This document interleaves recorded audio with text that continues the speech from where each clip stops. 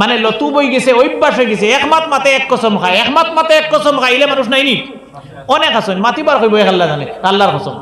হ্যাঁ, বা আরো কিছু ছোট ছোট হরুতা কই মরতে কাপড়, সাদা কাপড়।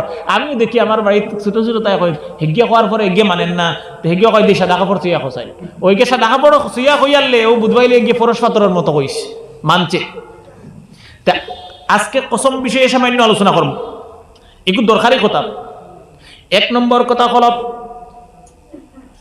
কথায় কথায় কসম করতে পারবেন না। এক কথা বলবেন, একবার কসম করবেন, সেইভাবে করতে পারবেন না। কিন্তু নিজের অনিচ্ছাকৃত অজান্তে যদি কসম শব্দ তার মুখ থেকে বের হয়ে যায় তাহলে কোনো গুনাহ হবে না। কিছু মানুষের অভ্যাস, তার অভ্যাস হয়ে গেছে কথা কয় কসম কয়, কথা কয় কসম কয়, 2-3 মাত মাতে কথা কয় কসম কয়। তার মুখে সামলাইতে পারে না, অভ্যাসে পরিণত হয়ে গেছে।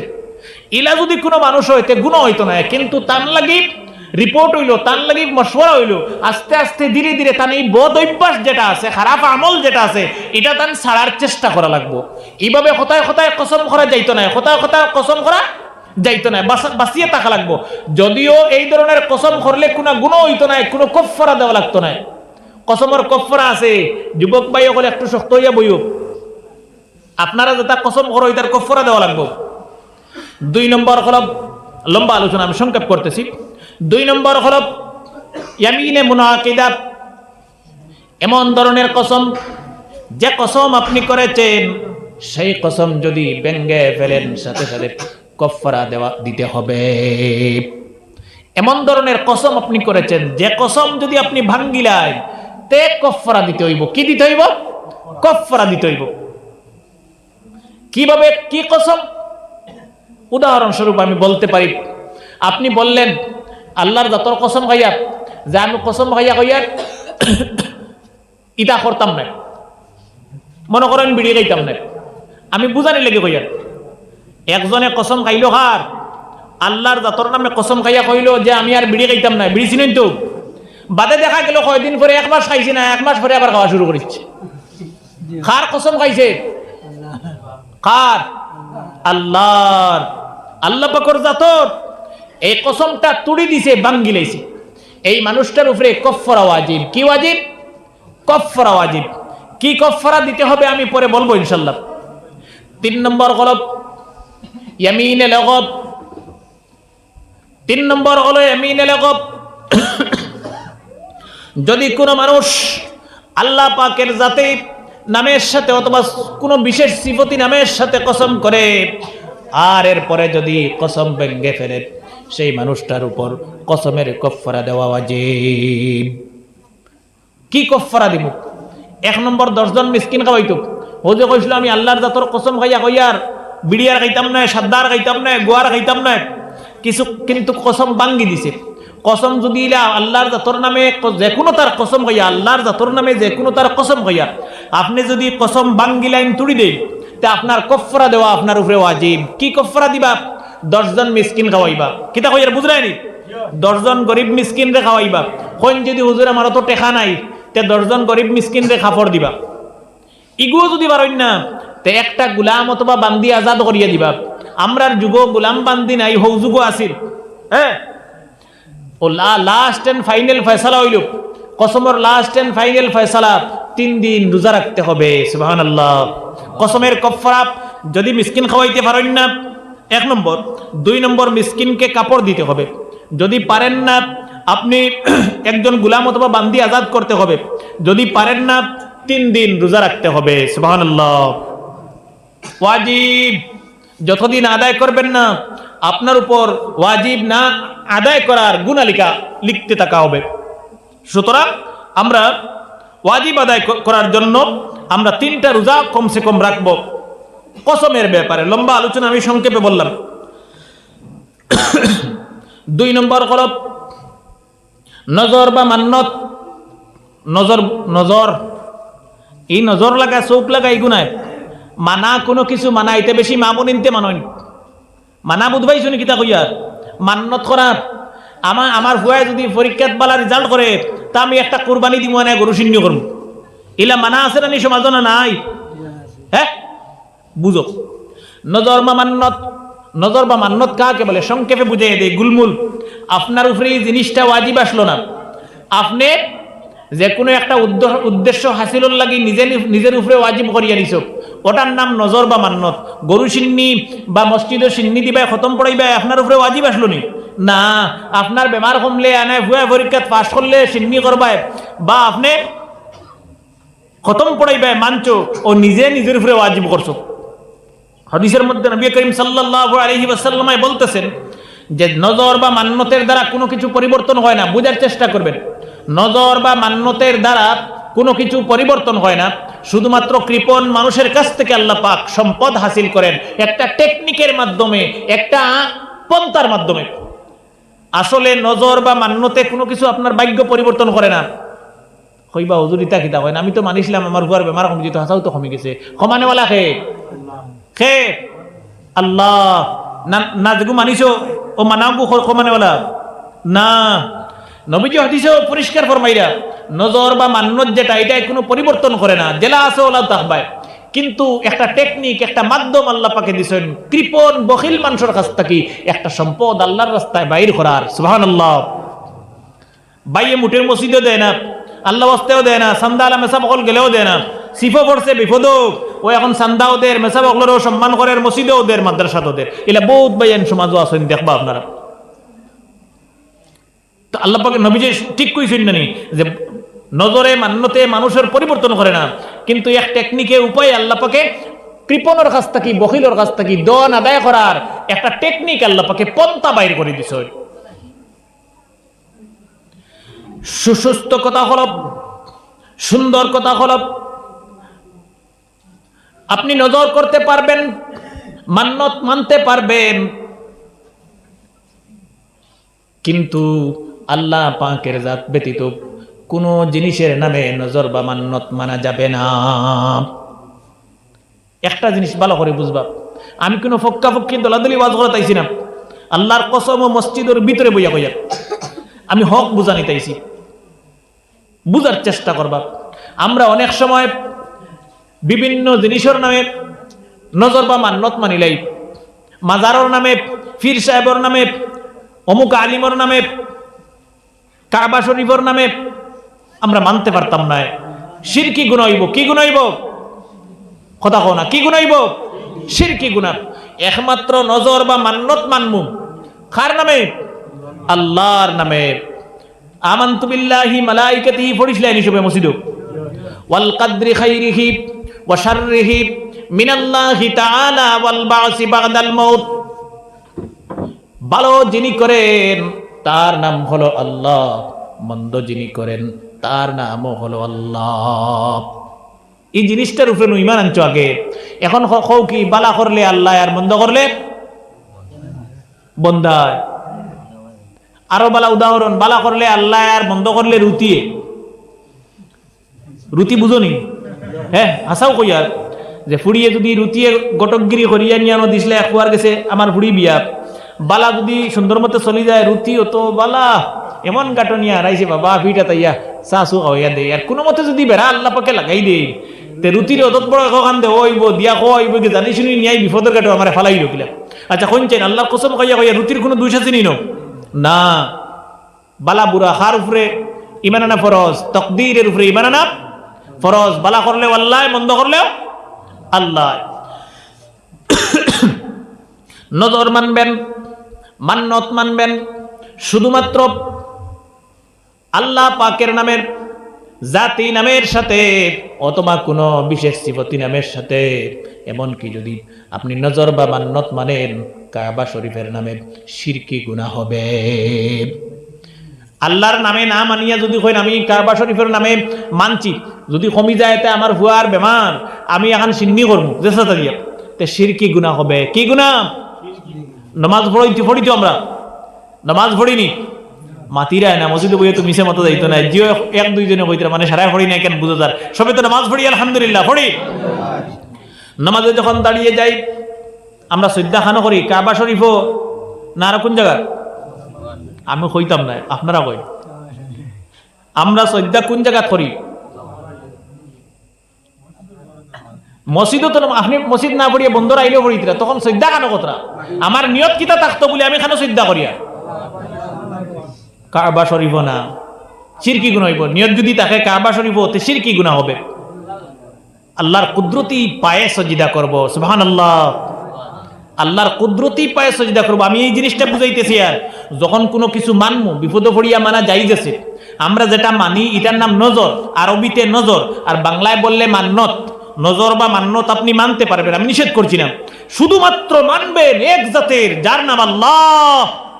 আল্লাহর জাত ব্যতীত কোনো নামে নজর বা মান্নত মানা জায়েজ না।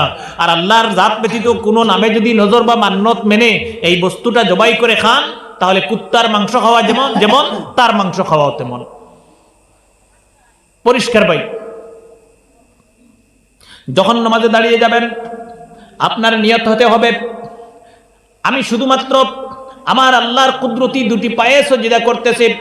এই নিয়ত যদি আপনার অন্তরে থাকে, নবীজি বলেছেন নামাজে দাঁড়ানোর সাথে সাথে আল্লাহ পাক জীবনের গুনাহগুলি মাফ করে দেবেন। আর যদি এই নিয়ত থাকে কাবা শরীফে সিজদা করতেছেন, শিরকি গুনাহ হবে। সব গুনাহ আল্লাহ পাক তওবা করলে মাফ করে দেন।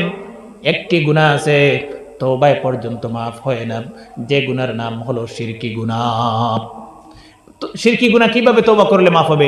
শিরকি করার সাথে সাথে আপনি মুসলমান থেকে বের হয়ে গেলেন, মুরতাদ হয়ে গেলেন, মুশরিক হয়ে গেলেন, কাফির হয়ে গেলেন। সুতরাং আর তওবা করলে কবুল হবে না। আবার গোসল করে এসে বড় হুজুরের কাছে গিয়ে প্রথম থেকে কলিমা পড়ে মুসলমান হতে হবে। মানে এমন গুনাহ যে গুনাহ তওবায় মাফ হয় না, সেই গুনার নাম হলো শিরকি গুনাহ। এবার আসেন সংক্ষেপে গুলমুল কথা। আপনার ছেলে পরীক্ষা দিতেছে, উদাহরণ দিয়ে আমি বুঝাই মাসলাটারে। মনে করেন আপনার ছেলে পরীক্ষা দিতেছে, পিতা খুশি হয়ে মানলেন আমার ছেলে যদি ম্যাট্রিক পরীক্ষায় অথবা এইচএস পরীক্ষায় ভালো রেজাল্ট করে আমি একটা কুরবানি দেব। আপনি কুরবানিও মানতে পারেন, সিন্নিও মানতে পারেন। সিন্নির কথা আমি পরে বলবো। যদি একটা কুরবানি দেব আর ঠিক ঠিক আপনার ছেলে ভালো রেজাল্ট করেছে ম্যাট্রিক অথবা এইচএসে, হায়ার সেকেন্ডারিতে, তখন এই কুরবানি দেওয়াটা আপনার উপর ওয়াজিব। তখন কুরবানি দেওয়াটা আপনার উপর ওয়াজিব। মাসলা ফোন করে আমাকে অনেক মানুষ জিজ্ঞেস করেন, সুতরাং আমি একদম বিস্তারিত আলোচনা করে দেব যাতে আপনারা আর জিজ্ঞেস করতে হয় না। আপনার ছেলে পরীক্ষায় ভালো রেজাল্ট করেছে, আপনার উপর কুরবানি ওয়াজিব হয়ে গেছে। এইবার আপনি কুরবানি দেবেন, কিন্তু এই কুরবানির মাংস আপনি নিজে খেতে পারবেন না এবং কোনো ধনী মানুষ খেতে পারবেন না। সব এতিম মিসকিনের হক। বুঝা গেছে নি? আপনার তুতা সিলাই জানি মানিসলাই, তোমার তুতা সিলাই, ধনী মানুষের তুতাও সিলাই। খার হক, এতিম মিসকিন, গরিব, বিধবা, তাদের হক। ক্লিয়ার হয়েছে নি? এক কথা। মাসলাই কেন শেষ? এই মাসলা শেষ, বালা করে বুঝছেন তো? 2 নম্বর কথা হলো, আপনি মান্নত করলেন, মানলেন আমার ছেলে যদি পরীক্ষায় পাশ করে আমি গরু সিন্নি করব। আমার ভুয়া যদি চাকরি পাইলে এতে কিতা করবো? গরু সিন্নি করবো। অন্য 2 পয়েন্ট আছে, আমি কিতাবর 2 পয়েন্ট আলোচনা করবো। এটা মাসলার কথা এর লাগি বালা করে মন দিয়া শুনবা। আমি মূলেও কইছি চাইলে কিচ্ছা কাহানি দিয়া সময় খাটিয়ে যাইতে পারলাম অনেক কিছু জিনিস বুঝাইতাম আমি চাইয়া। আমার ভুয়ায় চাকরি পাইলে অথবা পরীক্ষাত পাশ করলে অথবা বেমার করলে গরুর সিন্নি করবো, ইনো 2 অর্থ বুঝায়। এক অর্থ খালি সিন্নি করবো, ইনো লগে আমি কইছিলাম নি আল্লাহ আস্তে গরু সিন্নি করবো, এখানে কইছিলাম নি? হ্যাঁ, আমি খালি কইছি আমার ভুয়ায় পরীক্ষাত পাশ করলে অথবা চাকরি পাইলে গরু সিন্নি করবো, লগে আল্লাহ আস্তে কইছিলাম নি? বালা করে পয়েন্টটা বুঝিও।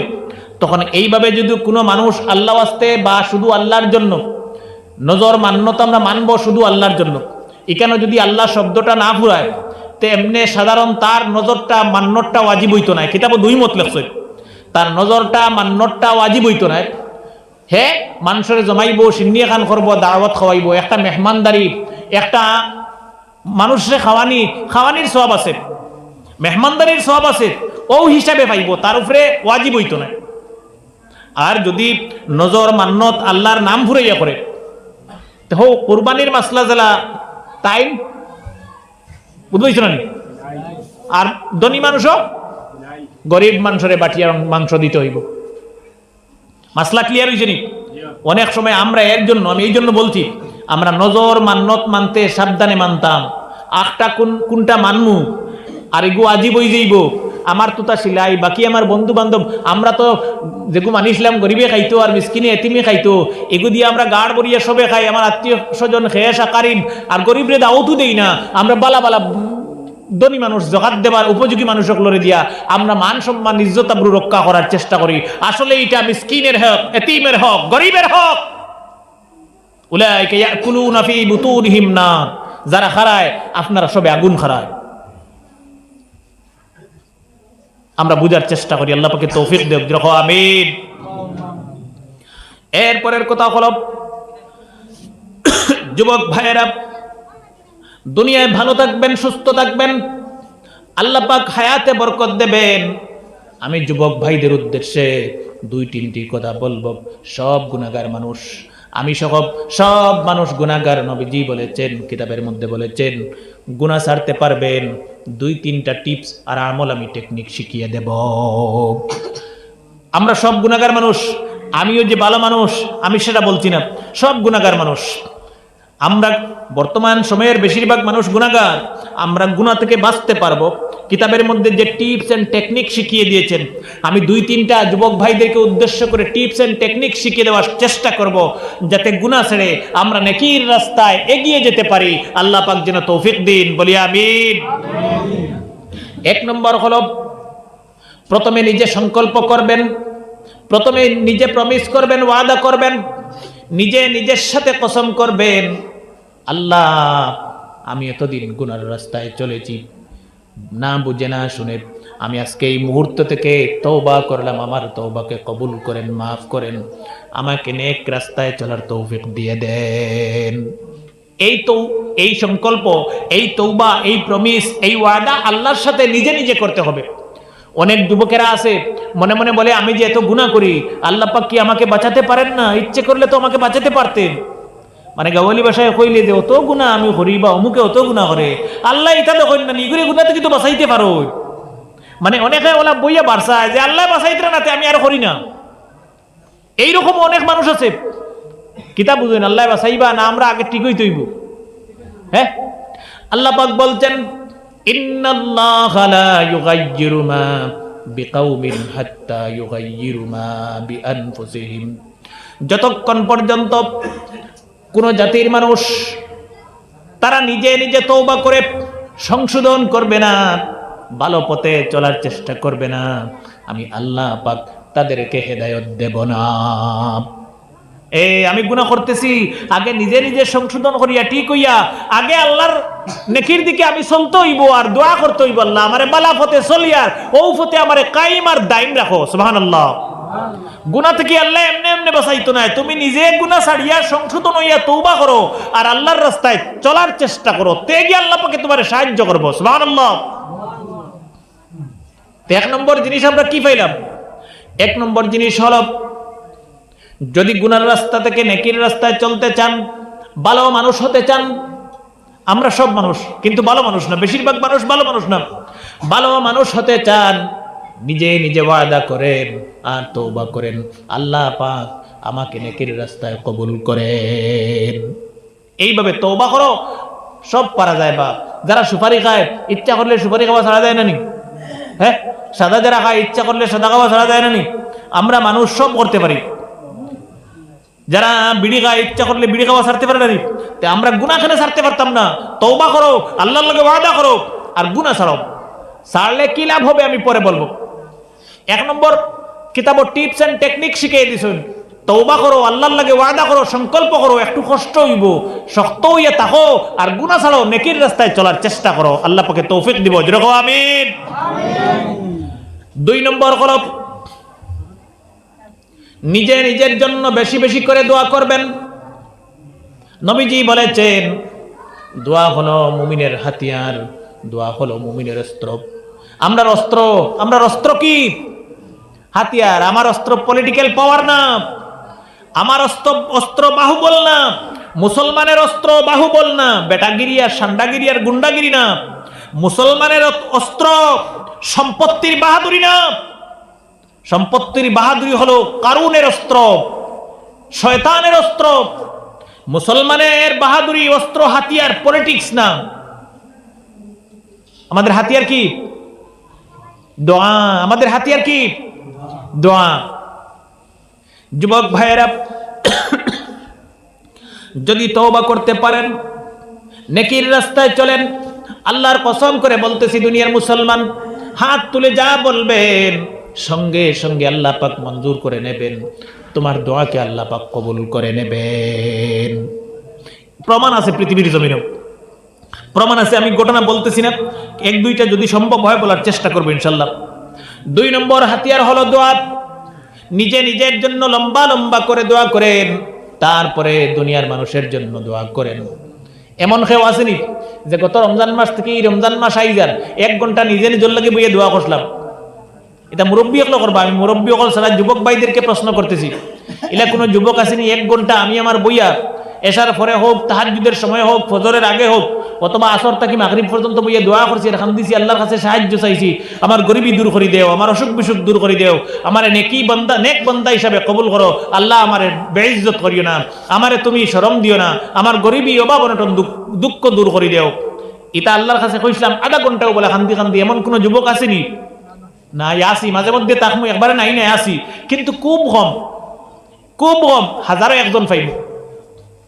কিন্তু আল্লাহ পাক বলতেছেন হাদিসে কুদসিতে, প্রতি রাত্রে শেষ আকাশে আল্লাহ পাক তশরিফ আনেন, এই দুনিয়ার আকাশে এসে পৃথিবীর মানুষকে বলেন, হে পৃথিবীর মানুষ, কার অসুখ হয়েছে আমাকে বলো, আমি আল্লাহ পাক তোমার জীবনের যাবতীয় অসুখ শিফা দান করে দেব।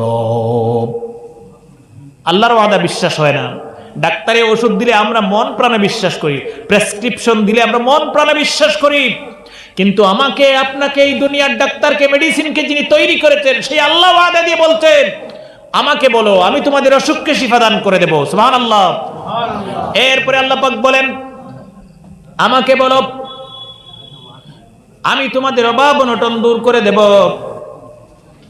যদি শেষ রাত্রে অথবা যে কোনো সময় যদি আল্লাহর দরবারে হাত তুলে দোয়া করেন, আল্লাহ পাক আমার অভাব অনটন দুঃখ কষ্ট দূর করে দেন।